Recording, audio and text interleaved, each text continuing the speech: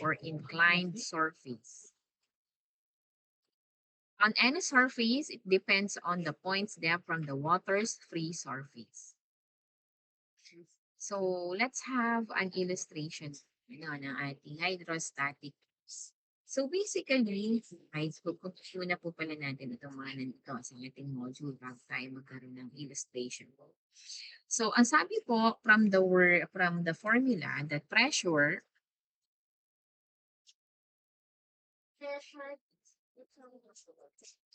pressure is equal to force over the area. Solving for the value of force, it will just be pressure multiplied to the area kung saan siya tumama.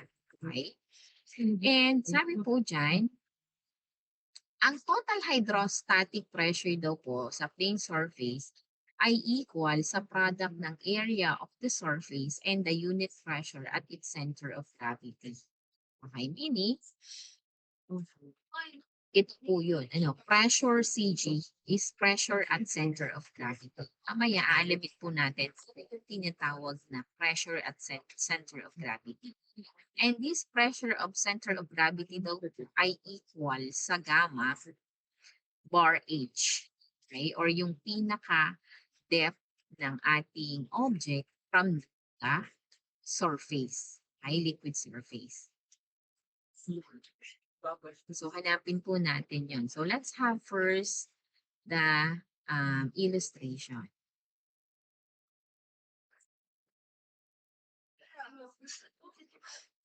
So, meron naman po dito sa ating module. Sige, let's utilize the module.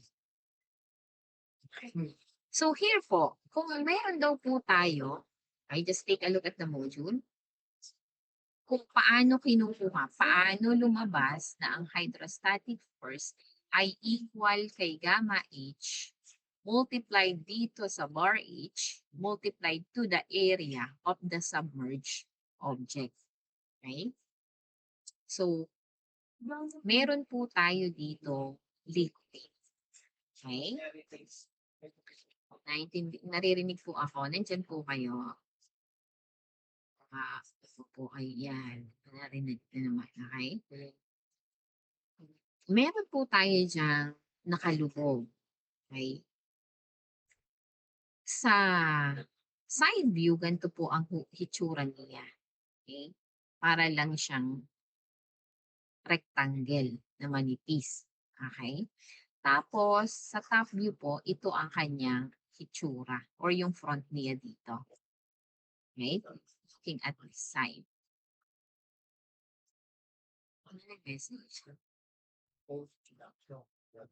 Please unmute na lang po and speak kapag po kayo. Ako lang po ay nasa PowerPoint.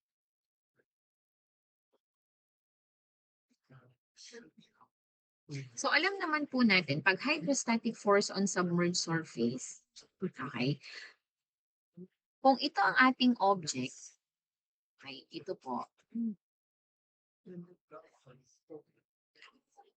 alam po natin na ang force na ito here, patak ko siya. Itong force na ito po ay acting perpendicular. Actually po, habang lumalalim di po, masabi natin, siya ay lumalaki. Ay, ganyan pa na. Ang behavior po ng ating hydrostatic force, ganyan po talaga siya. Okay, perpendicular po yan. Okay? Di po ba ganyan? But in reference with this object, tanggalin natin po itong mga nasa ibabaw. Kasi lumalaki po yung value ng pressure pag siya malalim. So, tanggalin natin itong part na ito. So, yan lang ang matitira. Okay? So, somehow, hindi naman po iyan pantay. Okay? So, pag nga po tingnan natin, it looks like a trapezoid. Okay? Ngayon, meron siyang F. Okay? Ito, yung tama niya dito, meron siyang parang pinaka-resultant.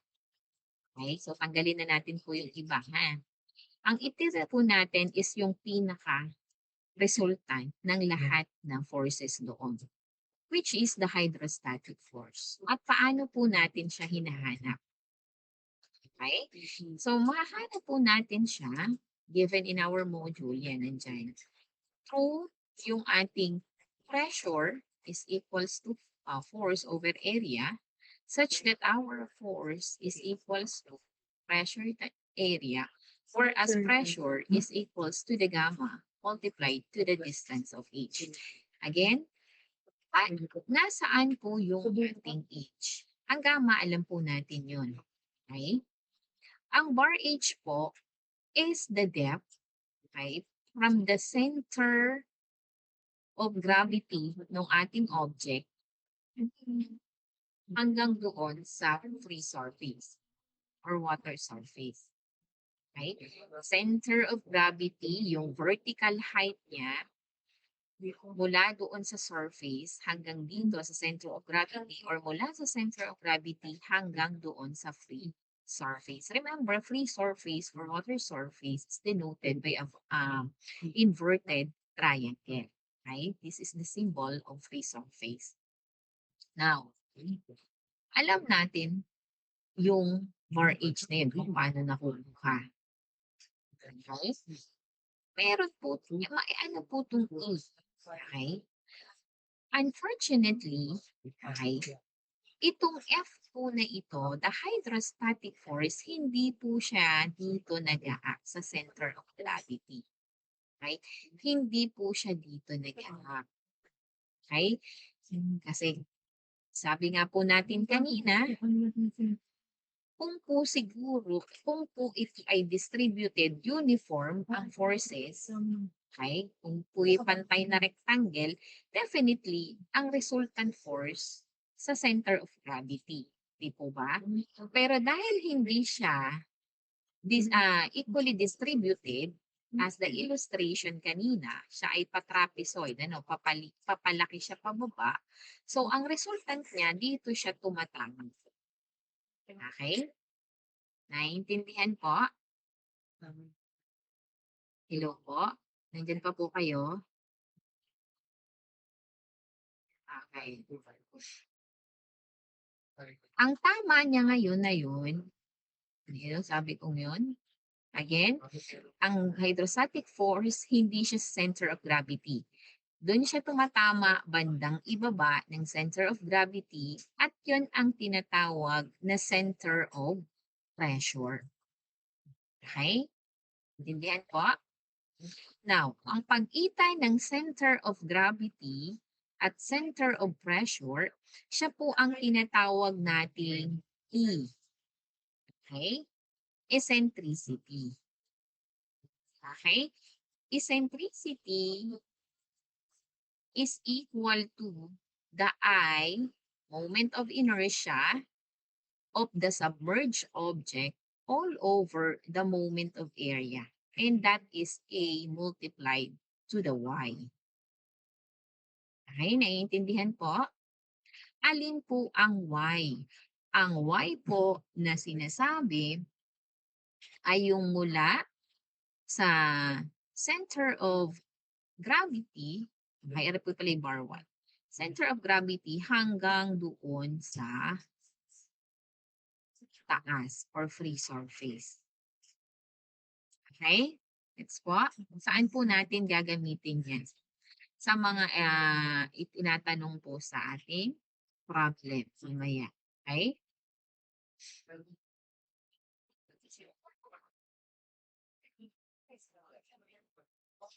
Going back. Ngayon, kapag po siya ay tuwid, okay, di po ba may nabanggit kanina dito sa unang module natin, vertical. Ayan. Horizontal, vertical. Pag po vertical, halimbawa ay nakatuwid ang ating nakalubog na object, nakatuwid lang siya. Okay? So, ito, center of gravity. Di po ba? So, ang ating Y or yung bar Y natin is just equal doon sa ating bar H. Okay? H is equal to Y. Okay? Or basta po, itong center of gravity hanggang dun sa dulo, yun po yung katabi ni area sa formula ni eccentricity. Okay? Bakit natin kailangan hanapin ang eccentricity? To locate the location where the hydrostatic force is active. Okay? Intindihan po?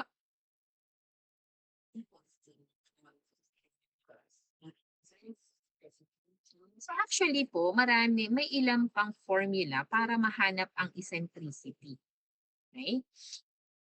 So yan po ay by the conceptualization of the triangle given with the angle theta. Okay po.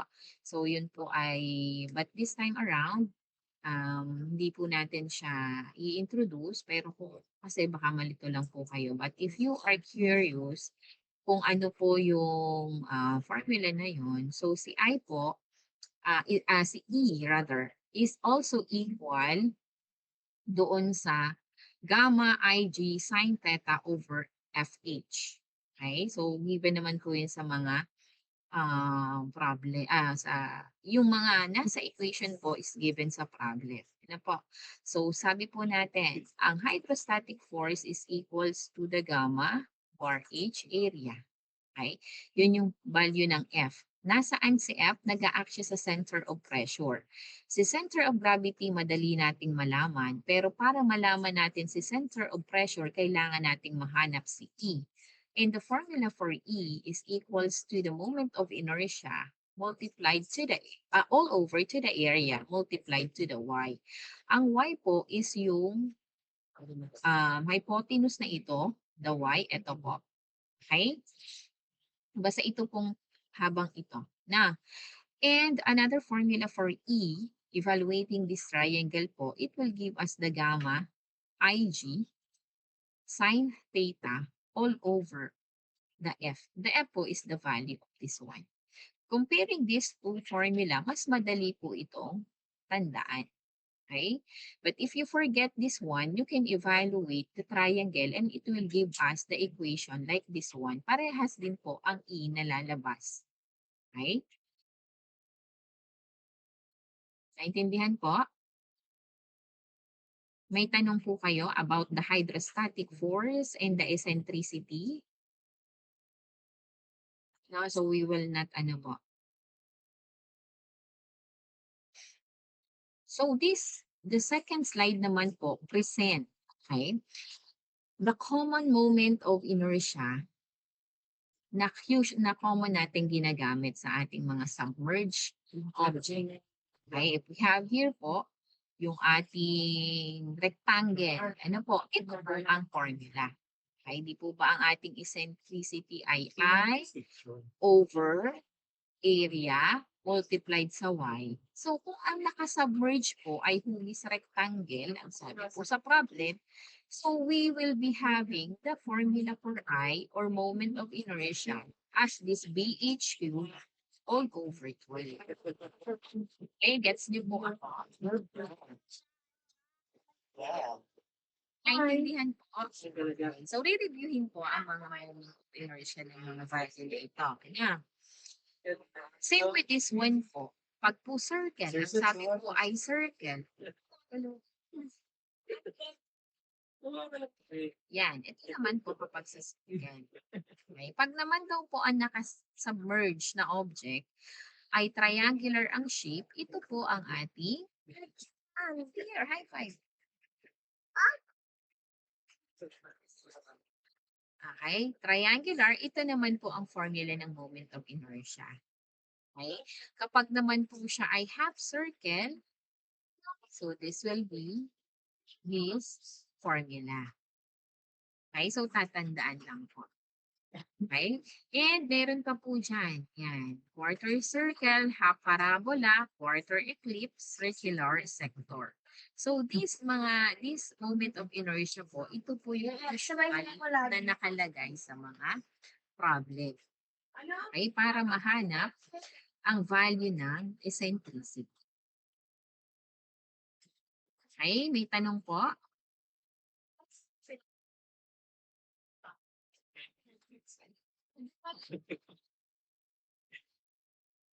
May tanong po? Tanong po kayo? Opo, nandyan pa po. Okay. Kung walang tanong po, okay, proceed to answer. Agad na'y magsasagot.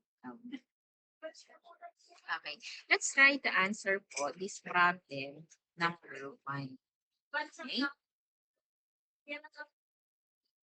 So ano po ang sabi diyan?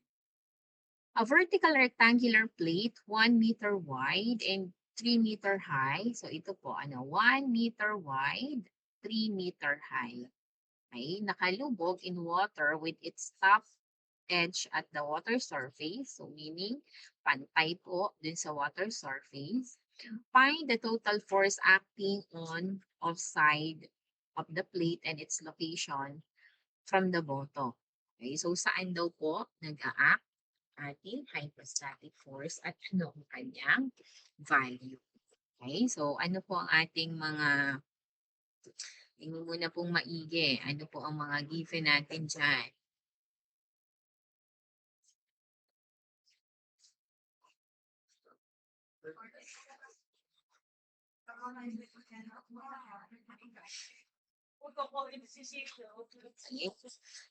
Tandaan, ano po yung ating mga kinuhang formula na dapat ay alam natin. So, kanina, ang sabi po natin, sige, magsimula po tayo sa given.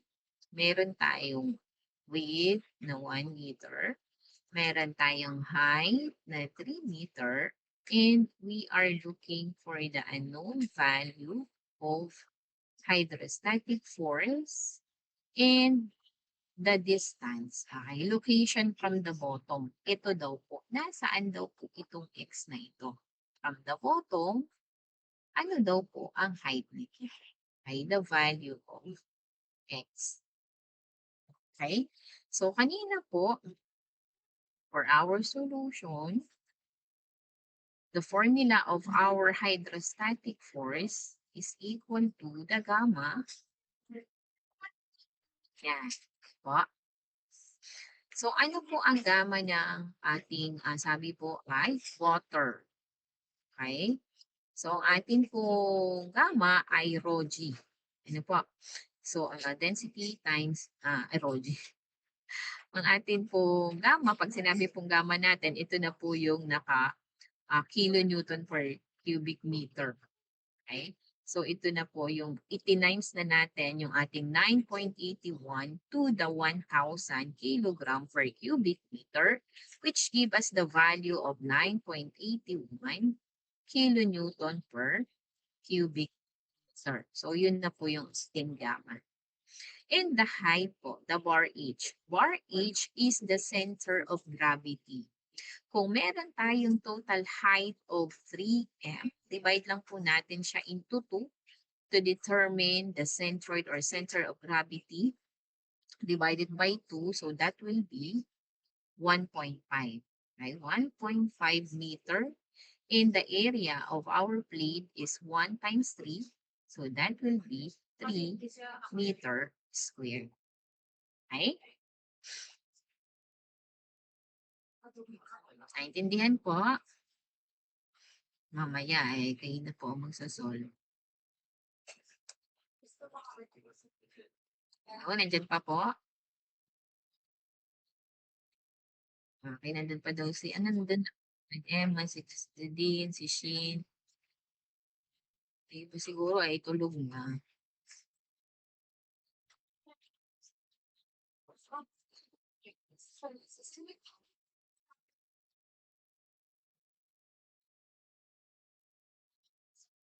Okay, so now, what is the value now of FH? Get it? What is the value? Anyone? What is the value of FH? Pakipindot ko.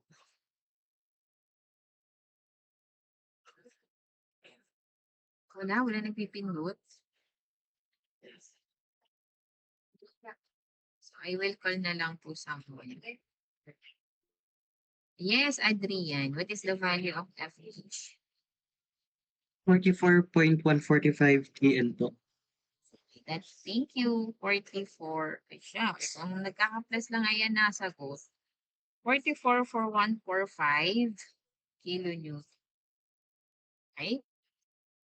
So, this is our hydrostatic force. Na ngayon, paano po natin hahanapin yung saan po siya nag-a-act? The value of x. Ayan na.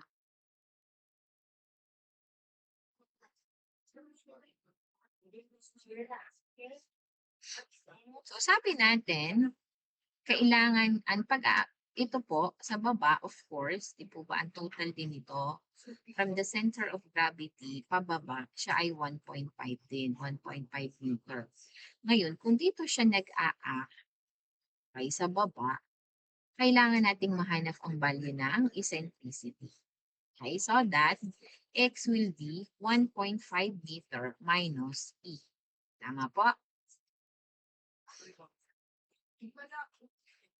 Such that E is equal to, ano sabi po natin kanina, I over area multiply sa Y. Okay?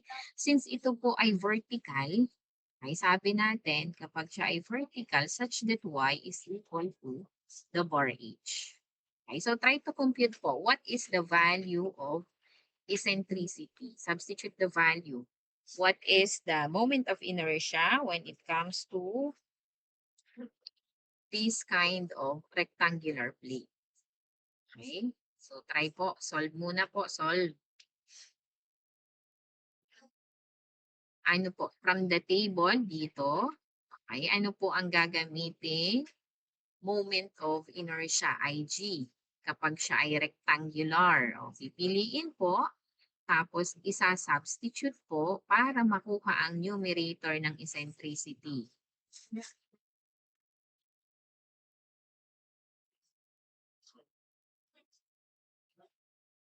Compute po.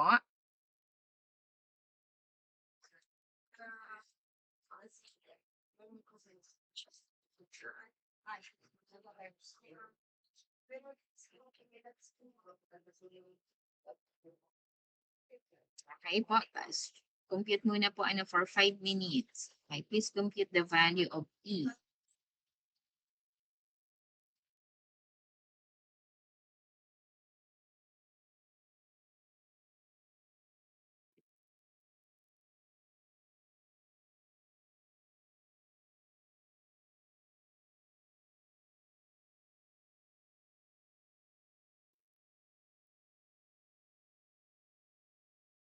Okay, Dean, Miss Geraldine, what is the value? 0.5 po, ma'am. 0.5. Okay. E is 0.5.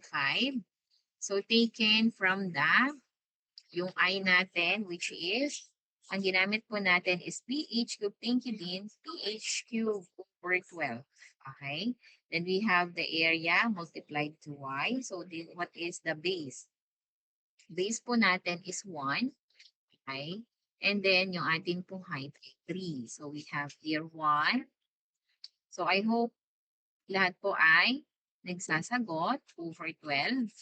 And we have the area, yung pong 1 times 3 multiplied, this is meter squared.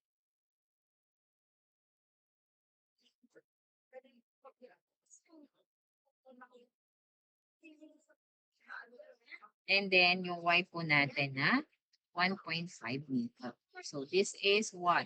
What unit is this? Meter, and then 3 meter. So, ang ating modulus of elasticity ay to the 4th. So, this is cube. Cancel. Cancel yung isa, natira ay meter. Okay? So, E natin po is 0.5 meter. Okay? Kung naman po yung isang formula ang inyong ginamit, yun pong E, ano po, another formula for E kasi po is the gamma IG sin theta over FH. Okay, kung ang ginamit nyo po ay ito, so ang gamma po natin dyan is still 9.81. Ang IG po natin is same yung makukuha ninyo din, which is kapag po kinumpute, give us 2.25. And then, ano po ang sign? Wala po yung angle. Wala po yung inclination rather. So, kapag po siya ay nakatayo, ano po ang angle nun? 90. Okay, so you will be using the sin 90. Kapag po ito ang inyong ginamit na formula. Okay? And then, divided by the force. na 44.145 kilonewton. It will give us the same value of E, which is 0.5 meter. Okay?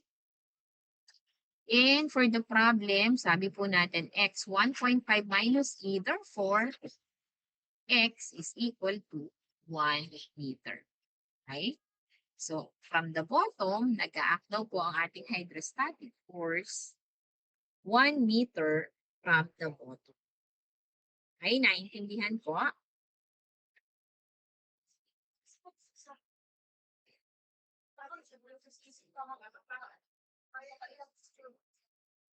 May tanong?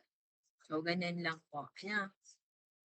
So, again, kung saan po tayo makarating, that will be the coverage of our midterm examination. Hindi naman po natin hihirapan masyado ang ating mga sarili. Kung ano lang po ating abutin. Okay? And then yung mga sample problem po, inyo pong susubukan sagutan para hindi nyo po makalimutan yung flow, the logical flow of the solution. Okay po? Now, let's proceed naman po sa problem number 2. Okay, try to answer naman po problem number 2. Okay, so another for 10 minutes. Okay, try to answer po problem number 2. And then we will discuss this problem. Okay, so I want everyone to try to answer. Okay, and once you get your answer, your final answer, please type in our chat box the value of ano po ang hinahanap dyan. Ang pinapahanap po ay magnitude pa din and location of our hydrostatic pressure measured from CG. Okay? Ang hinahanap po natin dyan ay E.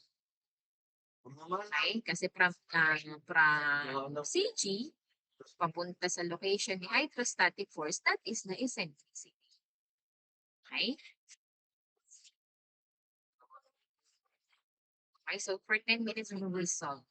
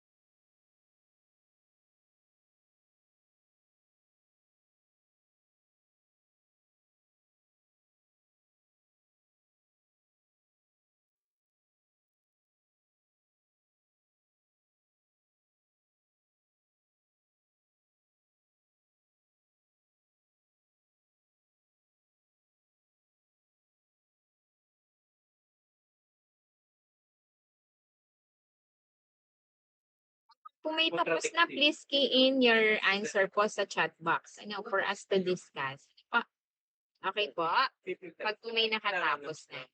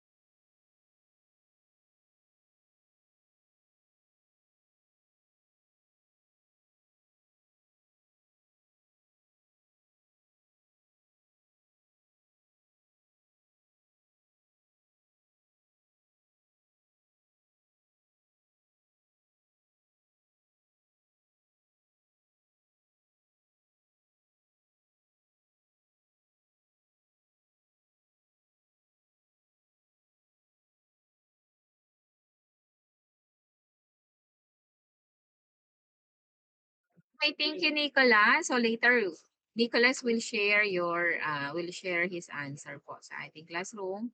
And please discuss po. How about the others? How about the others po? So 44 po kayo. So isa lang po nag-compute.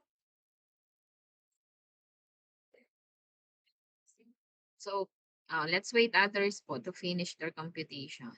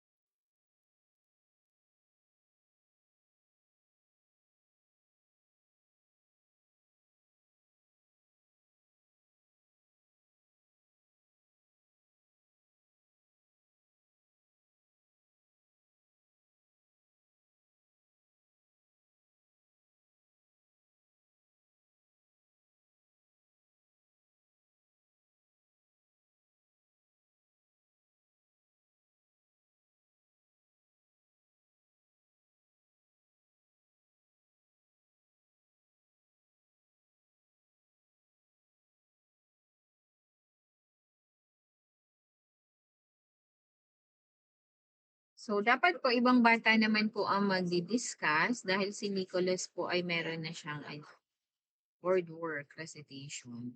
Okay, so I'm waiting others to key in their answer po sa ating chat box.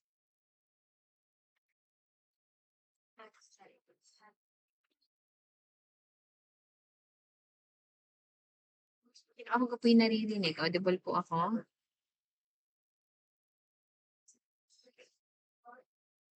Okay, so please continue your solution po.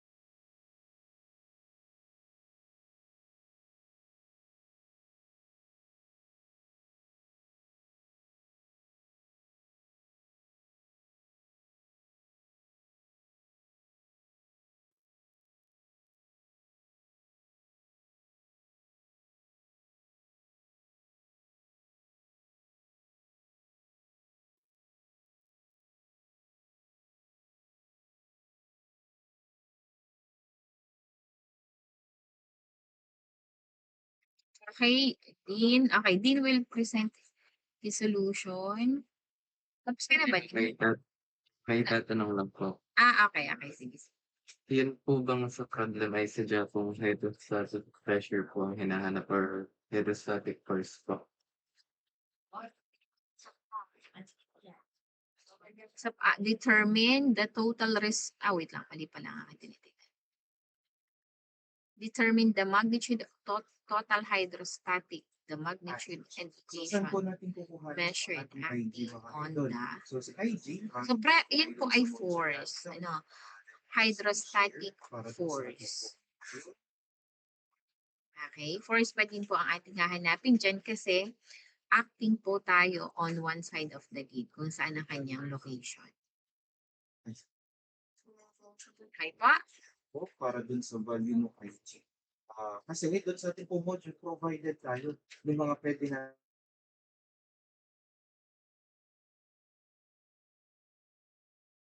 Sure po. Wait lang.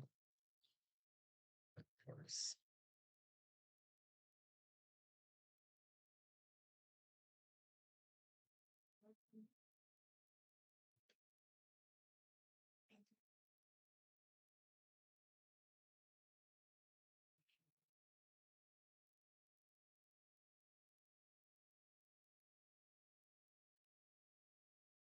Nakuha ko po ay 24,132.6 Pascal po.